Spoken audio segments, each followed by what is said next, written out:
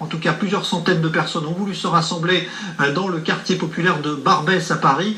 Et cela a dégénéré. Récit donc de cette journée de mobilisation à travers le monde signée Lise Barenboim. Au 12e jour de l'opération Bordure protectrice menée par Israël dans la bande de Gaza, les manifestations pro-palestiniennes se multiplient dans le monde. À Paris, les autorités françaises ont interdit les rassemblements suite au débordement violent du 13 juillet dernier. Place de la Bastille, 2 synagogues avaient alors été prises pour cible par des militants pro-palestiniens.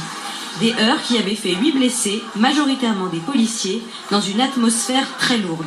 Je suis venu aujourd'hui pour exprimer ma solidarité envers le peuple palestinien, pour dénoncer le massacre en cours et pour demander des comptes aux autorités françaises.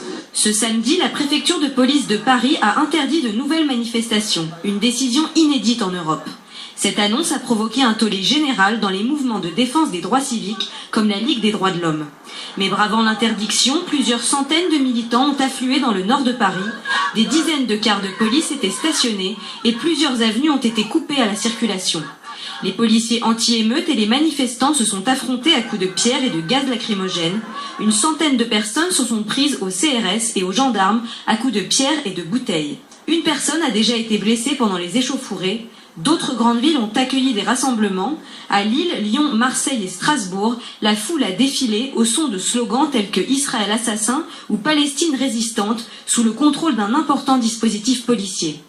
Depuis le Tchad, où il est en visite officielle, le président François Hollande a tenu à calmer les esprits. Mais il ne peut pas y avoir d'importation du conflit en France.